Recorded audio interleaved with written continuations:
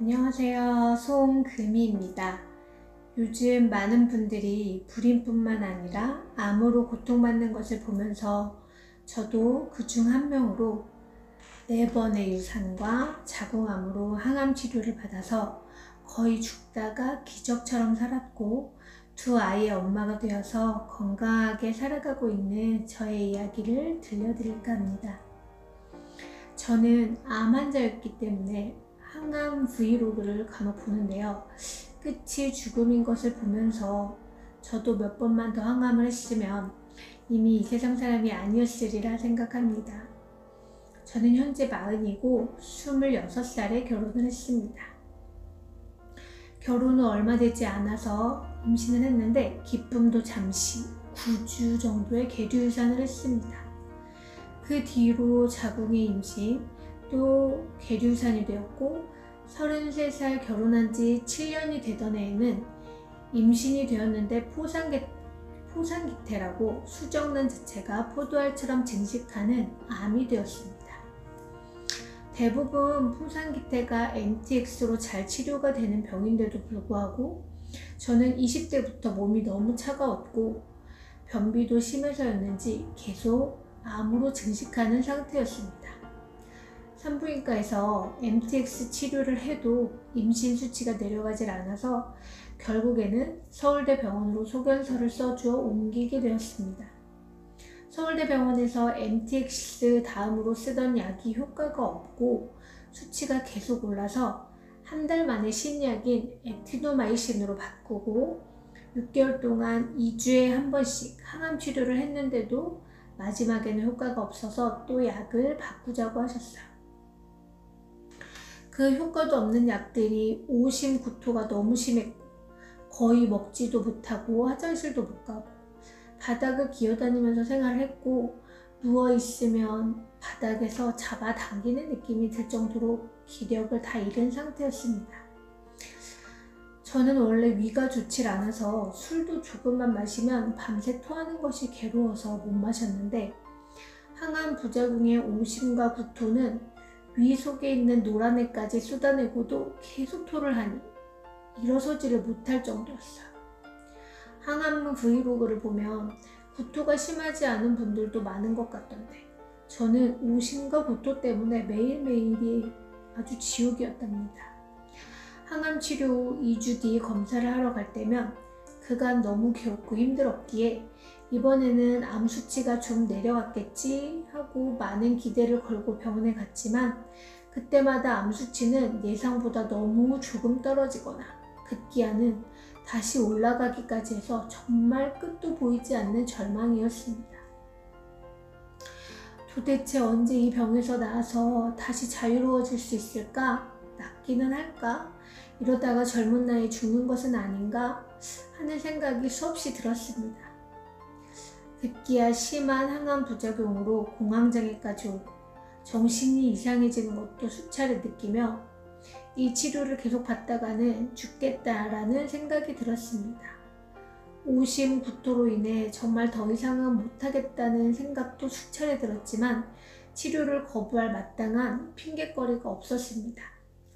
때마침 성경을 보다가 역대하에서 아사왕이 발에 병이 생겼는데 의사를 신뢰하다 죽었다는 이야기를 읽으면서 더 이상 항암을 하지 않아야겠다고 결정을 내리게 되었습니다. 죽기는 싫지만 뭔가 이 길은 아니라는 생각이 강하게 들었고 너무 힘들어서 더 이상 버틸 수도 없었습니다. 마지막으로 서울대병원에 가서 암 수치를 확인했는데 여전히 높은 상태였어요. 의사에게 항암 치료를 중단하겠다고 했더니 폐와 뇌로 전이 되면 1년 안에 죽을 수 있다고 했습니다. 그러자 저희 신랑은 어쩌려고 그러냐고 걱정을 하면서도 너무 괴로워하는 것을 보았고 완강히 거부하는 저를 어쩌지 못해서 그냥 두고 보는 것 같았습니다. 암이 전이되어 죽을 수 있다는 이야기를 듣고도 항암 치료를 안 하고 병원을 나오는 게 너무나 큰 기쁨이었어요. 늘 오심과 구토로 인해 속이 좋질 않은데 병원만 가면 알코올 냄새가 진동을 하니 속이 더 좋질 않아서 병원 가는 것 자체가 큰 괴로움과 두려움이었는데 이제 더 이상 안 간다고 생각하니 그것만으로 기분이 날아갈 것 같았습니다. 그 이후로 젊은 나이에 암 환자인 게 부끄럽지만 주변 사람들에게 제 병에 대해서 알렸습니다. 그때는 왜 나에게 이런 일이 생겼는지, 다른 사람들은 결혼해서 쉽게 임신도 잘하고 건강하게 잘만 사는 것 같은데 왜 저에게만 이런 일이 생기는지 괴롭고 낙심이 되었지만 그때마다 하나님께 살려달라고 간절히 구했습니다. 하나님께서는 사람을 통해 일을 하시기 시작했어요. 이웃집 이모님이 자궁암에 쑥 자운이 좋다며 해보라고 권유를 해주셨는데 하나님께서 사람을 통해 해주신 말씀으로 생각하며 매일 열심히 자운을 했습니다.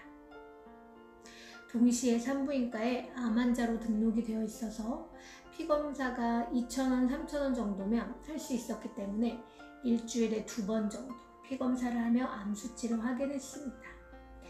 그런데 제게 기적이 일어났어요. 쑥 자운을 한 이후부터 암 수치가 뚝뚝 떨어지는 것이었어요. 급기야 2주 만에 정상 수치가 되었고요. 병원도 안 가고 혼자서 완치 판정을 내렸습니다. 그때 그 심정은 말로 표현할 수가 없습니다. 병으로부터 자유로워졌고 암이랑 싸워서 이겼다는 것이 너무 행복하고 정말 날아갈 것 같이 기뻤습니다. 암은 정상 수치가 되었지만 혈액순환이 되지 않아서 다리가 퉁퉁 부었고 부은 다리가 아파서 잠을 잘 이루지 못했습니다. 너무 아파서 마사지를 받으러 가면 더 세게 해달라고 요구를 해서 할 때는 시원한 것 같지만 다시 곧 아파왔고 온 몸이 너무 차가운 데다 심한 변비까지 있는 상태였습니다.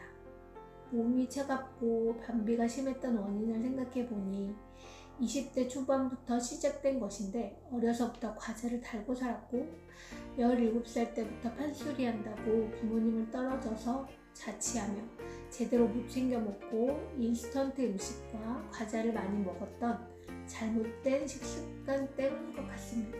또 항암 치료 때문에 저의 장에 있는 세포들도 죽었기 때문에 더 변비가 심해졌던 것으로 생각이 됩니다.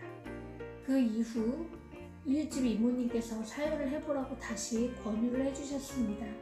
바로 사혈해주는 곳에 가서 전신 치료를 받는데 그렇게 아프던 다리가 침을 놓고 부항을 하니 마사지 받는 것보다 훨씬 더 시원했고 한 번밖에 안 했는데 그 차갑던 배에 보일러가 돌기 시작하고 다리에 붓기가 빠지기 시작했습니다.